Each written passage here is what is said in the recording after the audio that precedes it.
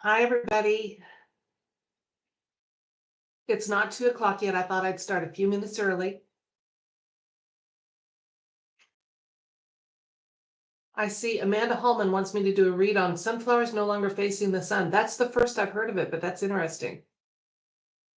Hi, Julie. Thank you for being here to moderate. Appreciate you so much. Oh, and I'm probably going to say this wrong. Torado Karate. Glad you're here.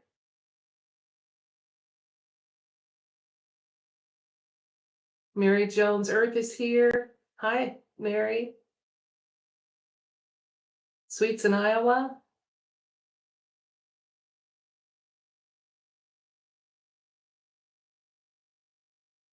Okay, give me some thumbs up if you're hearing me okay. All right, I'd sure appreciate that. Just so I know we've got good audio. If not, I'll do a take two. We have had a couple times where YouTube will not allow me to start the audio, and it's not me being a Luddite. Okay, good, good. Glad you can hear me.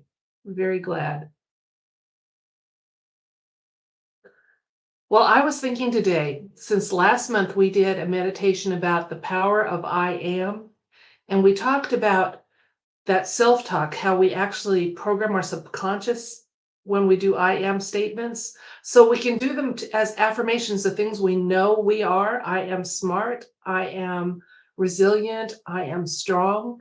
I am a survivor. I am awake. I am willing to learn new things. We can also do those I am for things we haven't quite mastered but want to. Because if we say we have them, we are them, we will be them. And I thought authenticity just builds on that so nicely. If you've done even one of those, a meditation or contemplation or given some thought to I am statements, those are authentic. Those are you being authentic. And I thought this is perfect to build on to I am. So that's why I chose it for this month, in case anybody is wondering how I pulled authenticity out of my hat. Okay, a few more hellos. Kiki's here. Sharian. Tess, you're here. Thank you. Did you bring your singing bowls? Tess and Julie and I had a laugh this week. Tess learned how to recharge her singing bowls. And it was just a case of not knowing. I loved her phrase, spiritual hygiene. Like I know it for the tarot cards. It's a process of learning it, even for other instruments that are used, in your development as a spiritual being. Okay, it's 2 o'clock. We have 46 people here. I want to welcome everybody. I'm going to go ahead and start. As you know, my meditations may differ from others that are done a little bit, and if so, I'll explain why. First of all, I want to welcome you, every one of you. If it's your first time here, feel free to jump into the chat, wave your hand, let us know first time. I do have a very dear to me niece by marriage who may be joining us today. So I'm anxious to find out if she made it. So anyway, but we're all family as far as being spiritual beings looking for growth and an upward ascension type of growth. So we're all family. So one of the reasons that we do a lot of prep work going into this meditation is because in the past, energy given in group meditations was hijacked and transmuted for other purposes. So you'll notice the first thing we do is put protections around our intentions, around ourselves, and the energy we offer. So that's very important to laying that firm foundation of safe participation in a group meditation. And then we state our intention. And then we state our intentions. We do our welcomes. In case there's negativity that's being consciously and deliberately sent our way, we're going to deal with that. And then when we get into the meditation, it's sometimes hard for people to say, oh, okay, she must be starting now. I will try to tell you when now we're meditating and we're going to meditate about this. And so we know at that point or anytime through this, if you want to just close your eyes and listen to my voice, feel free to do that. There's no share screens with this. There's no compilations to look at. We're just joining together in love and light with a purpose of something that will be a positive effect to ourselves and those around us and the world we live in. So let's talk about our protections that we're seeking from our loving creator. I use the term loving creator, and I have a specific intention when I use that word. You may have a different one, that's fine. This is non-denominational, but we're not going to deny that many of us here have a certain faith practice that we follow, but we're not going to push it on you. So if you don't like a term I use, just say, stepping out of this one. Don't go away, okay? You can just choose where you send your energy. But I think we can all agree that it's good to protect our energy. So to whomever that's loving and light-filled that you have your faith practice to, even if it's just believing in yourself and karma, whatever, let's protect our energy. So the energy that we're offering during this meditation, it's to be protected and never used for other purposes or transmuted in any way, shape, or form. This is in perpetuity forever. We eternally put this energy we're offering to this purpose stated in this meditation and this purpose only. Now, those of us that are participating in this meditation, we want protections too. So we are claiming protection for ourselves before, during, and after this meditation officially concludes. So we are protected. Our energy is protected. Our intention is protected. And we do not permit, I use the word not, and I've explained why I'm still learning too. So there is no consent given to any of these intentions and protections to be removed, taken from us, or used in other ways. Now, there is a possibility that someone is here who's just curious. You're still welcome. I'm not participating. I'm just watching to see how you do this. That's fine. If you're skeptical and, again, just viewing kind of with a clinical eye, you're welcome. But there is a possibility that there is negativity that's being directed towards this meditation. And I want to give whoever that might apply to advance notice. You're still welcome to be here. You're even welcome to give us that negative energy. But we as a collective are going to gather up that negativity and send it to loving creator, to the ultimate source, to be transmuted and purified and used for light purposes and never available as negativity on this plane of existence again. So if deep down you're not solidly on that team of evil and you'd like to rid yourself of some of that negativity, maybe wield less of it so that you could let in a little more light, hang with us, okay? Because we're going to do that shortly. And you've been advised what happens to negative energy that's offered into this. So let's do that now. We have 61 people listening in. As I mentioned, in each and every meditation, I've been told, and it just rings true to me, that it only takes 20 people of like mind to join together and truly make a change in the universe. And we have way more than that 20 we have here, even if some people are just watching. So those of you that are actively participating in love and light, let's take a second here, and we're going to envision any negativity coming this way. I've always said what I do is I envision a dandelion that's ready to make wishes and blow. And I blow it because I don't want to give that evil too much weight or energy. So I picture it that way, and I blow that dandelion fluff into the light, and it sparkles as it gets closer and turns light, and just our loving creator deals with it. So that's how I do it. If you have another way of doing it, that's fine. But again, let's take a second here. I'm gonna close my eyes so I can do the envisioning.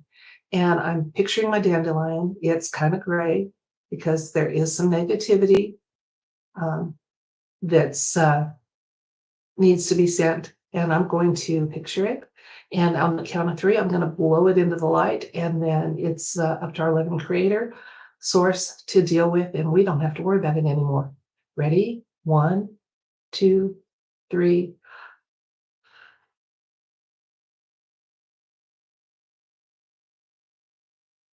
You may have gotten a few goosebumps when you did that. We do have power we don't even realize we have the authority to wield and use. Okay, now our focus this month, our main focus is on authenticity. As I was saying before we officially started, last month we did an I am meditation, the power of I am and how that programs your subconscious or just affirms things you know and believe about yourself. And those I am statements that you know to be true, that's where your authenticity comes from. That's the root of it. So we're talking about authenticity this month. And why? Because we are told that authenticity is the highest of the emotional states and vibrations that we can put out as humans on this plane of existence. So, hey, if we're going to work for positivity and the light, let's go to the top. Even if we don't reach it, our trajectory is headed the right way. That's how I feel about it. And I've thought about there's been so much in my life that I wasn't truly authentic. I was what I thought I needed to be for the time. I was in survival mode. I was maybe afraid to stand up and say, I disagree, or I think this is possible, or I think this. There were so many times and ways. And I don't think we can ever, as humans, probably get to 100% authenticity. But the more we can channel that and be that, the more powerful we are and the more we raise up the low vibrations around us. Because remember, we're working to not only bring ourselves into a better place, but our world and those around us. Ultimately, people have free will, whether they participate or not, or go to a destination that we're anticipating or not. Yes, that's true. But if they're just simply in survival mode and some of our light can help them step up instead of just going on, plodding on, let's do that. Okay, so that's what our intention is, and that is what's protected in perpetuity is the topic of authenticity. You'll notice that people are still doing some chatting over in the chat box. I can see it out of the corner of my eye, and that's fine. Our moderators, please don't make them have to work too hard. They'll remove really, things that aren't appropriate. But if you'd like to share something that you have that's on your heart, you can. We do look back at this chat. It does take a while to show back up when I put the video on my channel. But there are people that read it and add their energy to whatever was on your heart or mind later, if it is something that, touches their heart too. So you're not at any time during this, you're not discouraged from typing. And some people can listen and type at the same time. That's fine. Now, when the meditation officially ends and this video is a wrap, it will be under the live tab of my YouTube channel.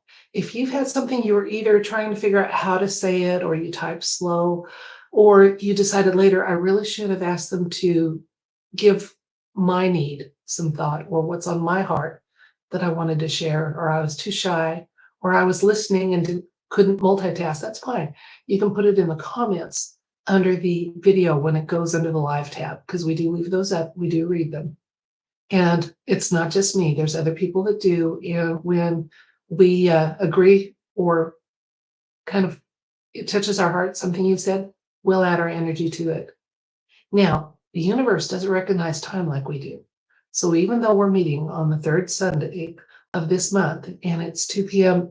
in my time zone, and people are sometimes already into Monday morning if they're joining us from Australia or New Zealand, or it's late in the evening if you're in Europe. You don't have to be here at the time. You can. That's why these recordings are left up, and we leave it with the title showing what our topic was, our main topic, our focus, so that you can listen in at a later time and just in your spiritual prep for the meditation, just say, I'm listening to this later, but I'd like the energy I'm providing to this, the positive energy, to go back to that starting time. If you're sensitive to energies, it's kind of an interesting experiment to look at one of these videos shortly after it goes up and then come back and listen to it maybe a week later and see if you don't feel an energy difference, because people do. They keep loading our video up with positive energy. And if it's not positive, we've already dealt with what will happen to negative energy that's sent to it. So these videos actually over time get more powerful and have a better effect. kind of mind-blowing to me to think about that, but it's one of the beautiful things, learning more on the spiritual journey we're all on. Now let's get ready personally to participate in the meditation. So, as always, I'm going to ask you to check your shoulders. If you are tense, that's where it's going to show up the easiest to discern. So your shoulders should be down. When you're getting tense or stressed or anxious, your shoulders go up. I find myself walking around like this sometimes. I go, shoulders down, Laura, shoulders down. Well, like I said, I'm not perfect. I'm just on this path we're all on. So make sure your shoulders are down. And you can do it consciously, and immediately you feel things starting to kind of relax. And the other thing, too, is we are a conduit to the universe. And that conduit goes through our chakras and our backbone. So sit up as straight as you can. But if you can't, for some reason, maybe a physical disability or something like that, don't worry about it. Our loving creator is so powerful. If he needs to go in an S curve because you have curvature of the spine or something, it's going to happen. Don't worry about it. Stay with us and participate to the best of your ability. Okay? Now, being those conduits, one of the things we want to make sure is that the energy we provide, we don't leave here depleted. So our intention, those of us that are a little more adept and experienced at this, our intention is that you'll leave here actually with more spiritual energy than you left. And the way we do that is we learn through intention and just making it manifest that we are conduits of a limitless source of love and light, which is our loving creator. And we can call that in and be a conduit for it. Like it's like turning a faucet on. You can pour a cup of water out and the cup is empty. But if you turn a faucet on and everything's working right in your infrastructure, wherever you live, that faucet can keep going and going and going. And so we learn to be a conduit or a faucet rather than a cup. But we always have those cups within us. So our intention is that you leave here with your cup full to the brim and maybe even overflowing, but it's love and light. So who cares if it sloshes out? It's just going to feel good. All right, now we're going to do 3 breaths as part of our readiness. And this is getting any residual negativity or earthly concerns that you couldn't set aside for 30 minutes. We're going to set them aside to the best of our human ability. And we are imperfect creatures on an imperfect plane of existence, but we'll do our best. Okay, and these breaths help. The first breath, you're going to picture your air that you're taking in as coming from the source you love and commune with and have a relationship that's part of your faith practice. So that first breath comes in, it is so pure. It is so radiant. It is so good for you. It is clear, and it gathers up any little smudges and any little ashes and any little smoke residue from the negativity or the worries of the world, and you blow it out and it's gone. You can pick it up later if you choose to or have to. The second breath, and all 3 breaths come in, they are from that loving creative source. They are all perfect. The second breath out is going to be almost like the breath in because you're getting cleared out and ready to participate. And your third breath in and out is kind of the completion of that process. It's as pure coming out and sparkling and wonderful as it was going in. So again, however you choose to visualize those 3 breaths, or if you just do it while you listen or type, that's fine. Let's get started on those breaths. And then from that point, we'll move on to our focus. Okay, so the preparatory breaths, the first one, you're going to breathe in. It's pure, it's clear, it feels so good. And as it comes out, it's a little smudgy, most likely. It may be really smudgy, especially if you're not used to this, but picture it that way. Second breath in, still as clear and perfect and crisp and clean and just everything a breath should be, and out. And that breath is so much more like the breath in. It's almost perfect. Your third one will be. Okay, third breath in. Pure, crisp, clean, wonderful. And out.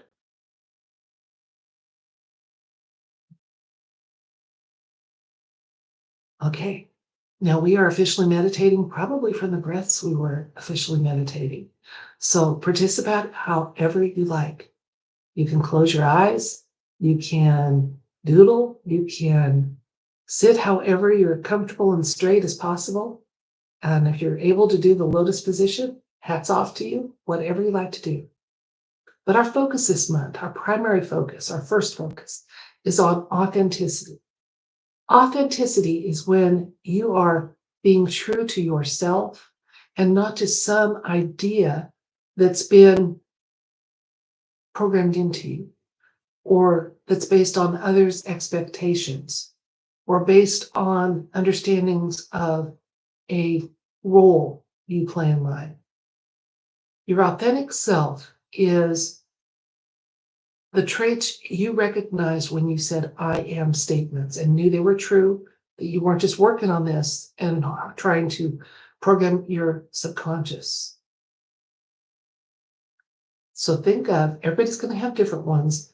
Think of some of the I am statements that you have made that you know to be true about yourself. That's when you're tapping into your authenticity. I'm going to share 5 of mine, and then I'm going to take a minute.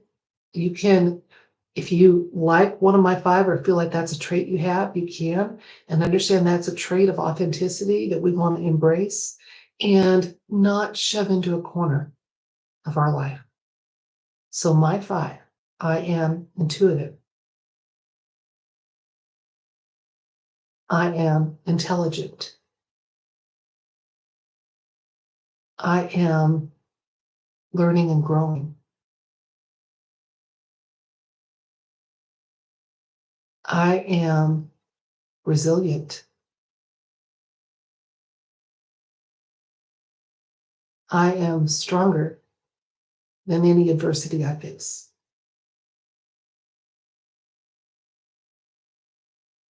So strong, intelligent, intuitive, resilient. Those are my authentic traits.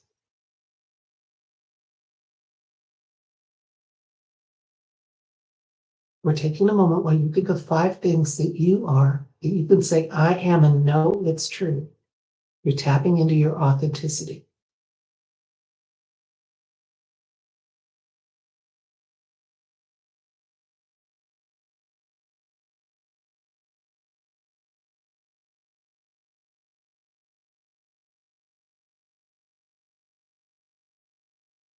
There's misconceptions about authenticity. People think authenticity is blurting out your first reaction, your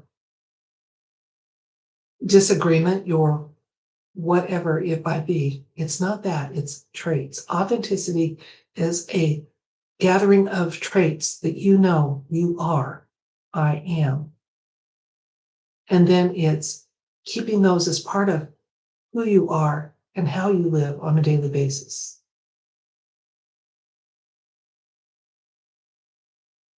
Am I being less than authentic if I don't tell someone they need a shower? No. But I'm also not going to say, oh, you smell great. Am I being less than authentic if I don't complain about a restaurant meal that wasn't what I expected? No. In a way, I am being authentic. I have chosen not to make a big deal about something. For me, that is authenticity. For you, authenticity may be following through with your choice to ask for a new meal. See, authenticity is going to vary from person to person because our loving creator made all of us slightly different than the other. And I think that there's been a lot of sadness involved with how often we try to, instead of embracing who we are and our unique little differences or quirks or whatever they might be, or traits or skills or gifts, we try to make a one size fits all type of product in who we are.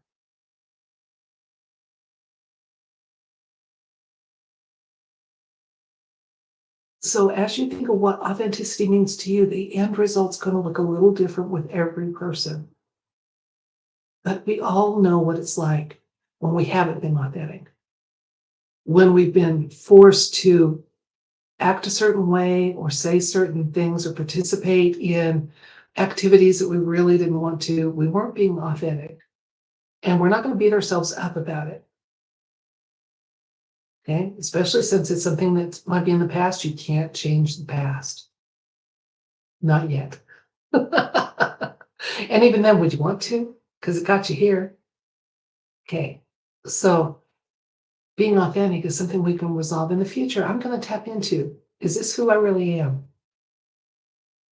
Am I being as authentic as possible in this situation? And we all know what that looks like. There's times when it is a gift of love to be less than authentic. So your child's in a dance review and you don't like the other parents and you're not feeling great, but you still get dressed and go and you clap like crazy and you tell your child or grandchild they were terrific. When deep down, really what you wanted to do is be laying at home on the couch after having taken a couple aspirin and putting a washcloth over your face. But that was a gift of love. So there's times when being a little less than authentic is generally the right choice. If you are a nurturer in someone's life, father, mother, good friend, mentor, coach, you have an opportunity to share the trait of authenticity with those you're mentoring, coaching, helping to raise, whatever it might be, to teach them that be your authentic self. That's going to mean that you're a little different than other people, and that's okay because we were all made a little bit different. You're going to teach those people that you can't possibly, maybe, be 100% authentic all the time. There's times when we have to, like I said with my dance recital example, be a little less than authentic, and that's a gift of love. And love is as authentic as it gets. Okay, now, as far as I'm concerned, that's what I had to share with you about authenticity. Again, I'm not an expert.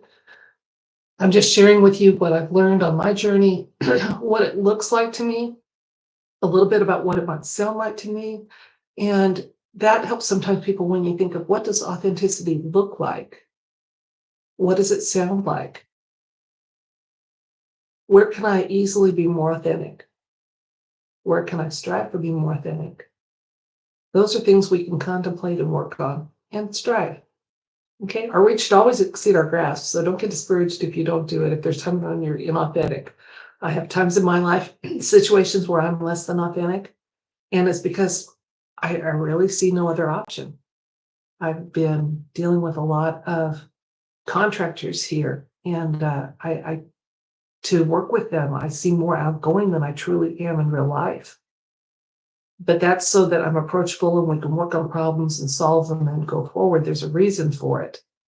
Okay. So, like I said, our reach should exceed our grasp.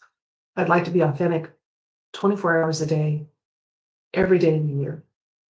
But what I'm realizing is I just need to be as authentic as I can, as much as I can, whenever I can.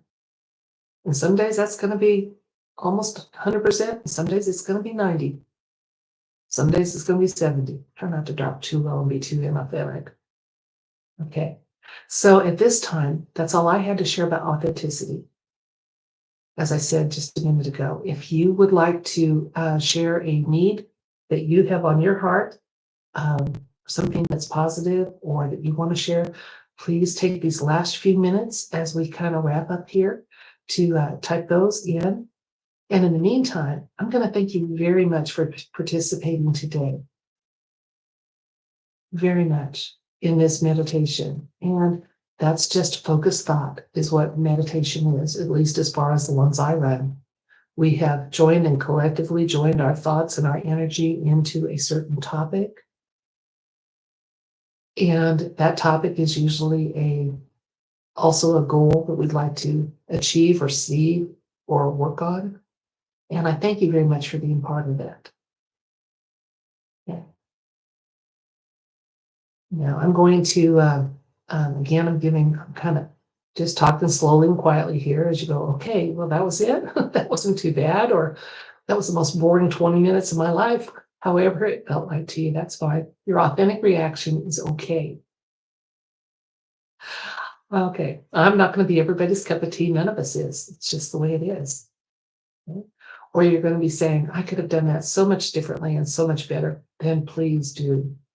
I don't put myself up to be an expert, just a fellow journeyman, journey person. Okay, so I'm going to look real close here and see. I'm seeing some I am statements, and those again are authentic. That's I am human this time. I love that. Um, yeah. We are healers. We are so many things that are positive. So authenticity isn't always a reaction, it's a trait. And it's the traits we know we embody. That's how I see it. And if that helped you get a little better handle on what authenticity is and how to have more of it and how you go through this lifetime memorial on, that's great. Okay, I'm going to count down from 9 in honor of Nikola Tesla, who said 369 were some of the very powerful numbers.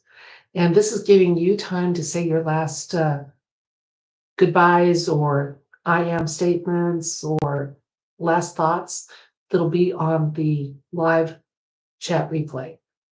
Again, if there's something that was more lengthy, that you were a little shy, you decide later to share, put those in the comments under the video and we'll read and review them and join our energy with yours.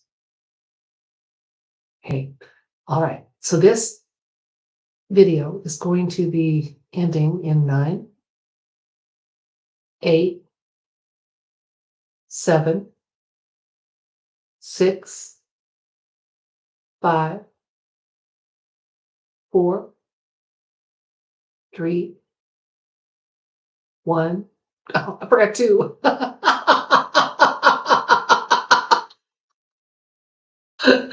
2. 1. That was authentic. Oh, until next time, love and light and everything bright to you guys. Bye.